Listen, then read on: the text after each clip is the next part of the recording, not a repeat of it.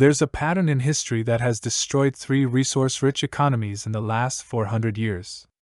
And right now in 2025, every oil-dependent nation on Earth is following that exact same pattern stage by stage, barrel by barrel, almost like they're reading from a script written by Dutch spice merchants.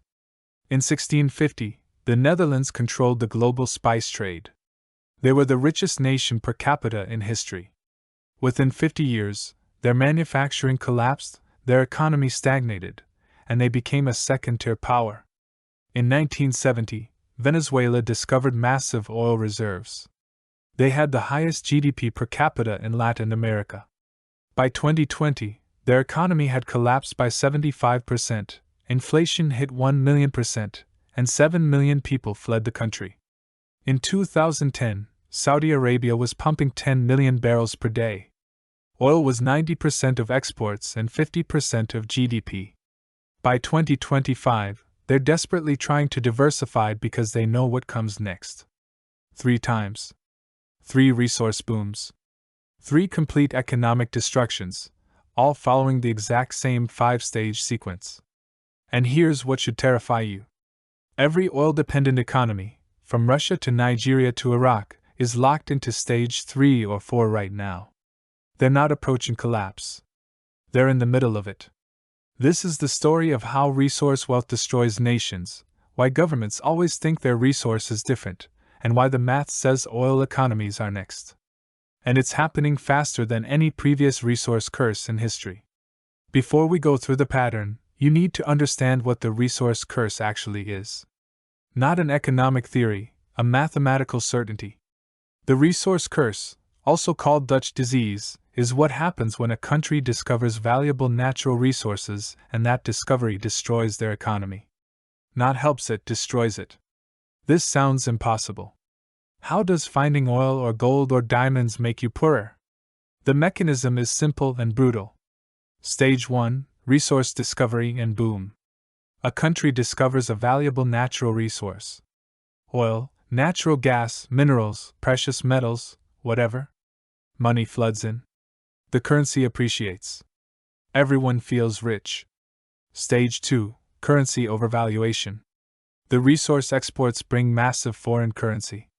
Dollars, euros, whatever the global market pays in. The local currency appreciates against other currencies. This makes imports cheap. Why manufacture shoes when you can import them from China for half the cost? Why grow food when you can import it from America for a fraction of domestic prices? Imports replace domestic production. Stage 3, manufacturing death. As imports flood in, domestic manufacturing dies. Factories close. Workers are laid off. The industrial base disappears. The economy becomes dependent on one thing: the resource. Oil, gas, minerals. Everything else is imported. Stage 4, monoeconomy vulnerability. The country now depends entirely on resource revenue. When resource prices are high, the economy booms. When prices fall, the economy collapses. There's no diversification. No backup.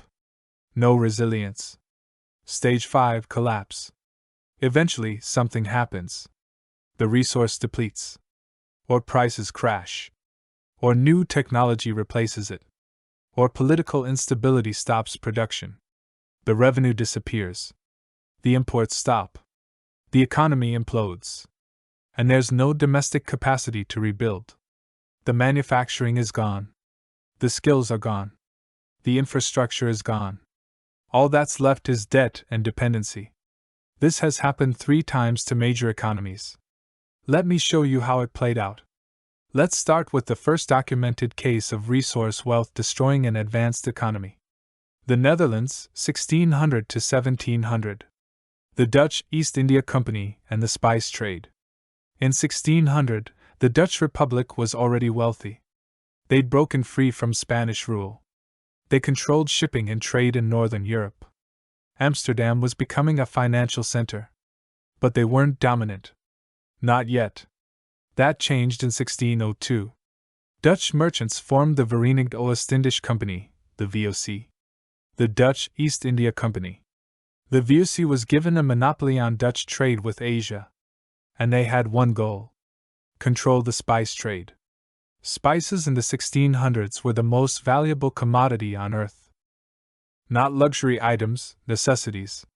There was no refrigeration. Spices preserved meat. They masked the taste of food that was going bad. And they only grew in specific locations. The Spice Islands, modern-day Indonesia. Whoever controlled the Spice Islands controlled global spice prices. Stage 1: Resource discovery and boom. The VOC achieved what no other European power had done. They conquered the Spice Islands completely. They expelled the Portuguese. They blockaded the Spanish. They signed treaties with local rulers. By 1620, the Dutch controlled 90% of global spice production. Nutmeg, cloves, mace, all controlled by the VOC. The profits were staggering. Here's what people don't understand about the spice trade. The markup was 1,000% or more. Spices that cost 1 guilder to produce in Indonesia sold for 10 to 15 guilders in Amsterdam. The VOC ships brought back cargo worth 100 times the voyage cost. In 1620, the VOC paid shareholders a dividend of 75% of invested capital. Not 75% return over years, 75% in 1 year. By 1650, the Dutch Republic was the richest nation in Europe. Possibly the richest per capita in history up to that point. Amsterdam was the financial capital of the world. Dutch banks financed European trade. The guilder was the reserve currency. And the wealth came from one thing: spices. Stage 2: Currency overvaluation. The flood of spice wealth into Holland caused the guilder to appreciate massively. In 1600, 1 guilder bought a certain amount of German goods or English wool. By 1650, the guilder bought twice as much. Why? Because Holland had massive trade surpluses. Exports of spices far exceeded imports of everything else. Foreign currency flowed in. The guilder strengthened. This made imports incredibly cheap. German manufactured goods, English textiles, Baltic grain, all became affordable. Dutch merchants imported everything. Why make it yourself when you can buy it cheaper? Dutch consumers loved it. Everything was available. Everything was affordable. The standard of living rose. But beneath the surface, the economy was being hollowed out. Stage 3: Manufacturing death. Holland in 1600 had a substantial manufacturing sector. Textiles, shipbuilding, brewing, ceramics, printing. Dutch craftsmen were among the best in Europe. But by 1650, much of that was gone. Why? Because manufacturing couldn't compete with imports. Here's the mechanism.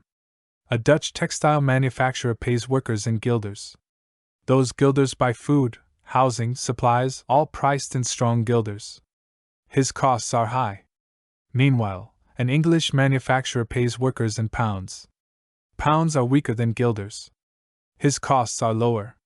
The English manufacturer can export to Holland and undercut the Dutch manufacturer on price. The Dutch manufacturer can't compete. He closes. Workers are laid off. They find other work, often in trade or finance. The VOC always needs sailors, clerks, administrators. Why work in a factory when you can work in the spice trade? The manufacturing base eroded steadily from 1620 to 1680. Shipbuilding declined. Textile production moved to England. Brewing contracted. By 1680, Holland was importing most manufactured goods. They produced one thing: spice trade profits. Everything else came from abroad. Stage 4: Monoeconomy vulnerability. By 1680, the Dutch economy depended entirely on VOC profits. The company employed 50,000 people directly. Hundreds of thousands more in related services. Government revenue came from taxing VOC dividends and trade. The entire economy ran on spice trade revenue. And then the competition arrived. The English East India Company and the French Compagnie des Indes Orientales started challenging Dutch control. They couldn't break the Spice Islands' monopoly, but they found alternatives. They developed plantations in India, Ceylon, and other colonies. Spices that only the Dutch could provide in 1650 were available from multiple sources by 1700. Prices fell. VOC profits declined. The flood of money into Holland slowed. Then stopped. Then reversed. Stage 5 collapse. By 1700, the VOC was in decline. Profits dropped from 75% annual returns to 15%, then to 5%. The company was borrowing to pay dividends. The stock price collapsed. And the Dutch economy, which depended on VOC money, collapsed with it. The manufacturing base was gone. It couldn't be rebuilt quickly. Skilled workers had died or left. The factories were shuttered.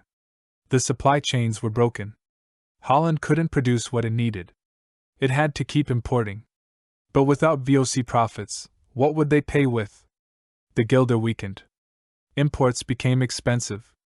The standard of living fell. By 1720, Holland had gone from the richest nation in Europe to middle tier. They were still wealthy compared to most, but the dominance was over. And here's the critical lesson. The spice wealth didn't make Holland permanently rich. It temporarily masked the destruction of their productive capacity. When the resource wealth ended, they had nothing left.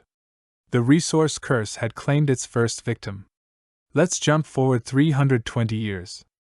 Venezuela, 1920 to 2020. Oil discovery and the destruction of an economy. In 1920, Venezuela was a poor agricultural country. Coffee and cacao exports. Small population. Limited industry. Nothing special.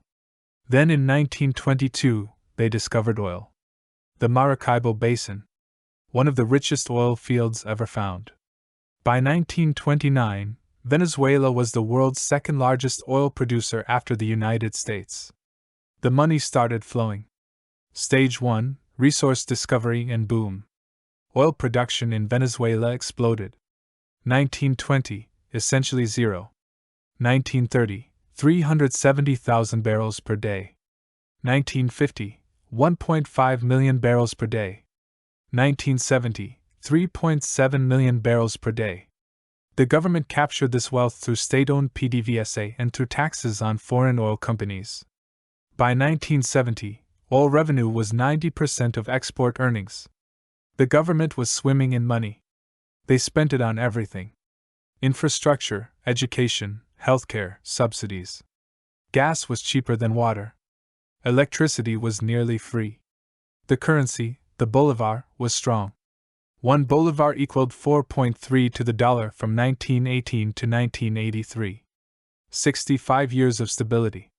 Venezuela's GDP per capita in 1970 was the highest in Latin America. Higher than Argentina, Brazil, Chile. They were rich. And they thought it would last forever. Stage 2, currency overvaluation. The oil dollars flooding into Venezuela caused the bolivar to appreciate in real terms. Even though the nominal exchange rate was fixed, inflation was lower in Venezuela than in trading partners. The real exchange rate appreciated. This made imports incredibly cheap. American cars, Japanese electronics, European luxury goods, all affordable. Why buy Venezuelan-made products when imports were cheaper and better quality? Venezuelan consumers bought foreign. Venezuelan businesses imported everything. Raw materials, machinery, consumer goods, all imported. The ports were filled with container ships bringing goods in. The factories that existed in 1950 started closing. They couldn't compete. Stage 3, manufacturing death. Venezuela in 1920 had some domestic production. Textiles, food processing, basic manufacturing. By 1980, almost all of it was gone. The economy had 3 sectors: oil production, government jobs, and import distribution. That was it. The statistics tell the story. In 1960, manufacturing was 14% of GDP. By 1980, 11%. By 2000, 8%. Agricultural production collapsed even harder. In 1950, Venezuela produced enough food to feed itself. By 1980, they imported 75% of food. Why? Because with strong oil revenue, importing food was cheaper than growing it. Farmers abandoned their land. They moved to cities to work in oil services or government jobs. By 2000, Venezuelan agriculture was nearly extinct. The country that had been self-sufficient in food 50 years earlier now imported almost everything. Meat from Argentina. Wheat from the United States. Rice from Asia. Coffee, which they used to export, was now imported. The productive capacity was gone. Stage 4. Monoeconomy vulnerability. By 2000, Venezuela's economy was 95% dependent on oil. PDVSA, the state oil company, generated 50% of government revenue. Oil exports were 95% of export earnings. Everything else was secondary. And the government made it worse. Hugo Chavez took power in 1999. He nationalized oil assets. He fired experienced engineers and replaced them with political loyalists. He used oil revenue for political programs. Production efficiency declined. Then in 2014, disaster struck. Oil prices collapsed. From $110 per barrel in June 2014 to $28 in January 2016. 75% crash. Venezuela's revenue disappeared overnight. The government had spent assuming $100 oil forever. They had no savings. No reserves. Massive debts. When the revenue stopped, they had nothing. Stage 5 collapse. What happened next is economic apocalypse. The government couldn't pay for imports. Food imports stopped. Medicine imports stopped. Basic goods disappeared from stores. The government responded by printing money. The bolivar, stable for 65 years, started collapsing. In 2012, the exchange rate was 8 bolivars per dollar. By 2018, 250,000 bolivars per dollar. By 2021, 4 million bolivars per dollar. Hyperinflation consumed the currency. Inflation reached 1 million% annually in 2018. Prices doubled every few days. People's savings evaporated. Salaries became worthless. Without imports and without domestic production, the economy collapsed. GDP fell by 75% from 2013 to 2020. The largest peacetime economic collapse in modern history. Larger than the Great Depression. Unemployment hit 50%. Poverty reached 90%. 7 million Venezuelans fled the country. 1/4 of the population became refugees. And here's what people need to understand. Venezuela didn't collapse because of socialism or because of Chavez. Those made it worse, but they weren't the root cause. Venezuela collapsed because of the resource curse. They destroyed their productive capacity during the oil boom. When oil revenue stopped, they had nothing to fall back on. No manufacturing. No agriculture. No exports besides oil. They couldn't produce what they needed to survive. The resource curse destroyed them. And they're not recovering. As of 2025, Venezuela is still collapsed. Oil production is 800,000 barrels per day, down from 3.7 million at the peak. The infrastructure is degraded. The skilled workers have left. Even if oil prices rise, they can't produce. The resource that made them rich destroyed them completely. Let's look at the modern example. Saudi Arabia, 1970 to 2025. This is the third test, and it's happening right now. In 1970, Saudi Arabia was a desert kingdom. Small population. Minimal infrastructure. One thing of value. Oil. Lots of it. The largest proven reserves in the world. By 1980, Saudi Arabia was pumping 10 million barrels per day. By 2000, they were the swing producer. When they increased production, prices fell. When they cut production, prices rose. They controlled the global oil market. The wealth was extraordinary. Saudi GDP per capita went from $3,000 in 1970 to $25,000 in 2010. The government spent oil money on everything. Free healthcare. Free education. Free housing. No taxes. Subsidized food, water, electricity, gasoline. The Saudi rial was pegged to the dollar at 3.75 rials since 1986. Totally stable. The population lived like royalty.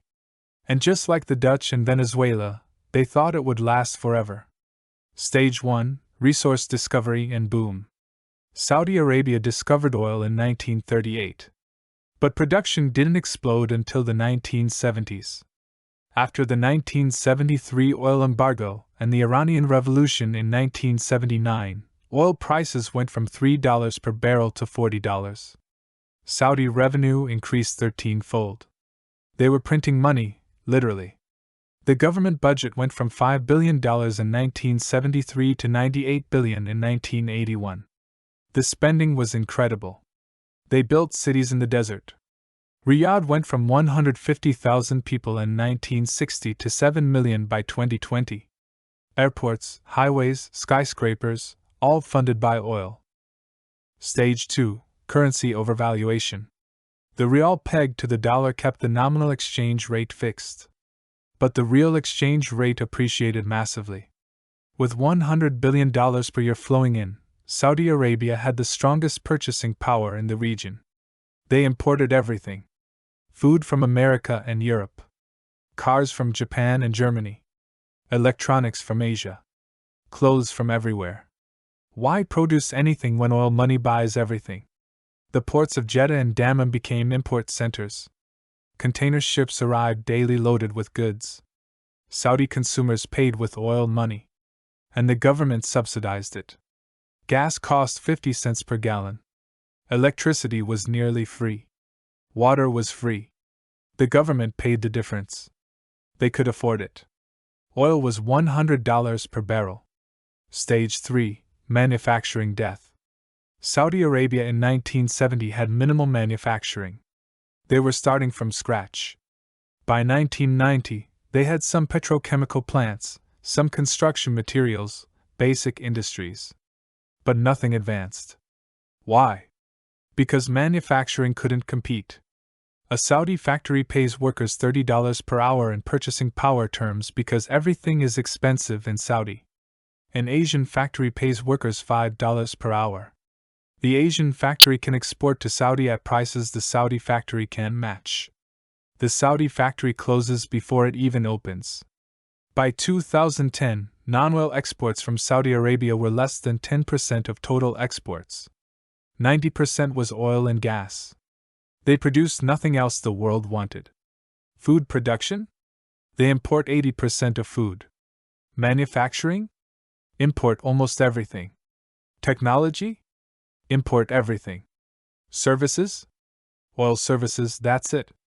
The economy had two sectors: oil production and government jobs. 70% of Saudi citizens work for the government. The government pays them with oil revenue. They spend it on imports. That's the economy. Stage 4: Monoeconomy vulnerability. By 2010, Saudi Arabia's vulnerability was obvious to anyone paying attention. Oil was 90% of exports, 50% of GDP, 90% of government revenue. The government budget required $85 to $95 per barrel to balance. Below that, deficits. The problem? They couldn't control the price. Saudi could increase production to lower prices. They could cut production to raise prices. But they couldn't force the price to stay at $90. And the world was changing. U.S. shale oil production was rising. Electric vehicles were coming. Renewable energy was scaling. Oil demand growth was slowing. The Saudis knew what was coming. They started talking about diversification in 1990. They started Vision 2030 in 2016. The goal was to reduce oil dependence, build manufacturing, develop tourism, create a knowledge economy. It hasn't worked. By 2025, oil is still 85% of exports, still 40% of GDP, still 80% of government revenue. Why has diversification failed? Because of the resource curse. As long as oil money flows, imports are cheaper than domestic production. As long as government jobs pay well with no work required, citizens don't start businesses. As long as subsidies keep prices low, there's no incentive to be efficient. The resource curse locks you in. And now, the crisis is starting. Stage 5 collapse. Saudi Arabia isn't fully collapsed yet, but they're entering the danger zone. Oil prices have been volatile. 2014 to 2016, prices crashed to $30. The Saudi government ran deficits of 15% of GDP. They burned through $250 billion in reserves. They had to cut subsidies. They introduced VAT tax for the first time. They floated bonds. They were borrowing. In 2020, COVID crashed prices again. $20 per barrel briefly. The deficit hit 12% of GDP. More borrowing. More reserve depletion. As of 2025, Saudi Arabia's break-even oil price is around $85 per barrel for the government budget. The market price is $70 to $80. They're running deficits. And it's getting worse. The population is growing. 35 million people now. 70% under age 30. They need jobs. They need housing. They need services. The government can't employ everyone forever. The private sector is tiny and can't absorb workers. Youth unemployment is 30%. And oil revenue isn't growing. Production is flat at 10 million barrels per day. The price is stagnant or falling as demand shifts to electric vehicles. The math is breaking down. The resource that built modern Saudi Arabia is no longer enough to sustain it. And here's the trap they're in. To diversify, they need to cut subsidies. Make energy expensive so people use it efficiently. Remove government job guarantees so people start businesses. Let the currency float so exports become competitive. But if they do that, the population revolts. The social contract in Saudi Arabia is simple. The government provides everything. The citizens don't question the government. If the government stops providing, the contract breaks. So they're trapped. They can't reform fast enough without causing instability. But if they don't reform, the oil money eventually runs out and collapse is total. This is stage 5 in slow motion. Not hyperinflation like Venezuela. Not sudden collapse like the Dutch. Slow grinding decline. Deficits every year. Debt accumulating. Reserves depleting. Standards of living slowly falling. And no way out because the manufacturing base was never built. The resource curse is claiming its third victim. And unlike the Dutch or Venezuela, Saudi has nuclear implications. If Saudi Arabia collapses, the oil supply is disrupted. Prices spike globally. Refugee flows destabilize the region. Iran fills the power vacuum. The geopolitical consequences are catastrophic. But the economics are inevitable. Now let's look at the broader pattern. Because Saudi Arabia isn't unique. Every oil-dependent economy faces the same curse. Russia. 60% of exports are oil and gas. Manufacturing is minimal. Corruption is rampant. They're rich when oil is $100. They're in crisis when oil is $50. The economy depends entirely on resource extraction. Nigeria. Oil is 90% of exports. 50% of government revenue. Agriculture collapsed. Manufacturing never developed. 100 million people living in poverty despite being the largest oil producer in Africa. The curse in action. Iraq. Third largest oil reserves in the world. Oil is 99% of exports. Still can't provide reliable electricity. Can't provide clean water. Infrastructure is broken. Why? Because oil money corrupts. It removes incentive to build. It attracts predators. It creates frontier states. Norway is the counterexample everyone cites. They discovered oil in the 1970s. They managed it well. They built a sovereign wealth fund. They didn't let oil destroy their manufacturing. They're the exception. Why? Because they were already a developed, diversified economy before oil. They had strong institutions. Democratic accountability. Rule of law. They were wealthy before oil. Oil made them wealthier. For countries that discover oil before development, The curse is nearly impossible to escape. Let me show you the mechanism in detail. Why does resource wealth destroy economies? Step 1. Resource discovery. A poor country finds oil or minerals. Revenue floods in. Step 2. Government spending explodes. The government has money for the first time. They spend it on everything: infrastructure, subsidies, public employment. Step 3. Currency appreciates. The spending in resource exports cause currency overvaluation. Imports become cheap. Step 4. Imports replace domestic production. Why make shoes for $20 when you can import them for $10? Factories close. Farms shut down. Manufacturing dies.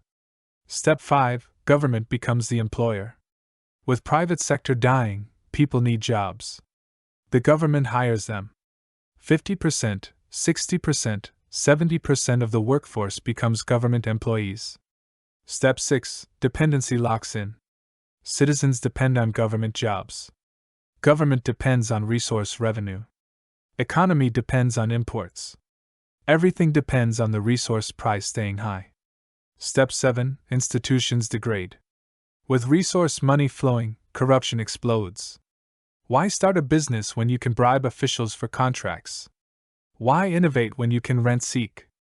Productive activity is replaced by extraction of resource rents. Step 8. Crisis hits. The resource price crashes. Or production declines. Or new competition emerges. Revenue disappears. Step 9. Collapse. The government can't pay employees. Can't buy imports. Can't service debt. The economy, which produces nothing, has nothing to fall back on. Total implosion. This isn't theory. This is documented pattern across dozens of countries. Let me give you the statistics. Countries with oil revenues above 30% of GDP have average growth rates 1.7% lower than countries without oil. Resource-rich countries have higher corruption, weaker institutions, and more conflict than resource-poor countries. 68% of civil wars since 1990 occurred in resource-rich countries. The data is overwhelming. Resource wealth makes countries poorer in the long run. And we're watching it happen in real time to dozens of oil-dependent economies. The critical question is timing. When do these economies collapse? The Netherlands took 50 years. Venezuela took 50 years from peak oil to collapse. Saudi Arabia is 50 years into oil dominance and entering crisis now. The pattern suggests a 40 to 60 year cycle.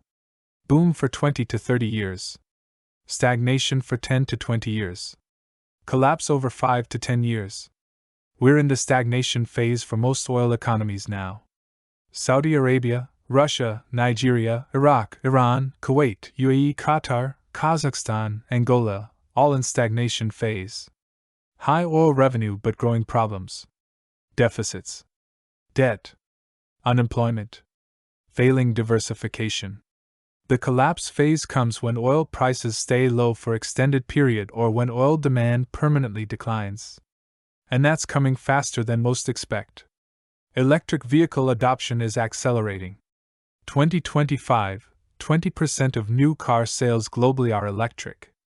By 2030, projected 50%. By 2040, 90%. Oil demand for transportation peaks around 2030 and declines afterward. Renewable energy is scaling. Solar and wind are now cheaper than coal in most markets. As battery storage improves, renewables replace fossil fuel power generation. Industrial demand for oil shifts to electricity. By 2050, oil demand could be half of 2020 levels. This is the trigger for Stage 5 collapse. Not a price crash. Permanent demand decline. When oil demand falls permanently, prices don't recover. They stay low forever. Oil-dependent economies can't adjust fast enough. They've spent 50 years destroying their manufacturing. They can't rebuild it in 5 years. The collapse is inevitable. The only question is which country goes first. Venezuela already did. Saudi Arabia, Russia, Nigeria, Iraq, all on the edge. One more price shock. One more political crisis. one more production disruption, and the resource curse completes its cycle. 3 times. 3 resource booms. 3 currency overvaluations. 3 manufacturing destructions. 3 monoeconomies. 3 collapses. All following the exact same 5-stage pattern. The Dutch spice monopoly. Venezuelan oil. Saudi oil. And right now, every oil-dependent economy is locked into stage 4 or early stage 5. The resource revenue is still flowing, but the cracks are showing. The deficits are growing. The debt is accumulating. The diversification is failing. Most people in these countries don't see it. They think oil will always be valuable. They think their country is different. They think they can manage what the Dutch and Venezuela couldn't. They're wrong. Because the resource curse isn't about policy. It's about psychology and economics. Resource wealth makes people lazy. It makes governments corrupt. It makes economies dependent. And when the resource fades, there's nothing left. The manufacturing is gone. The skills are gone. The work ethic is gone. All that remains is a population expecting handouts and an empty treasury. The question isn't if oil economies collapse. The question is which one collapses next, how fast the contagion spreads, and whether the world economy can survive the implosion of 20% of global GDP concentrated in resource-cursed nations. The math says it's coming within 10 to 20 years. And nobody is ready.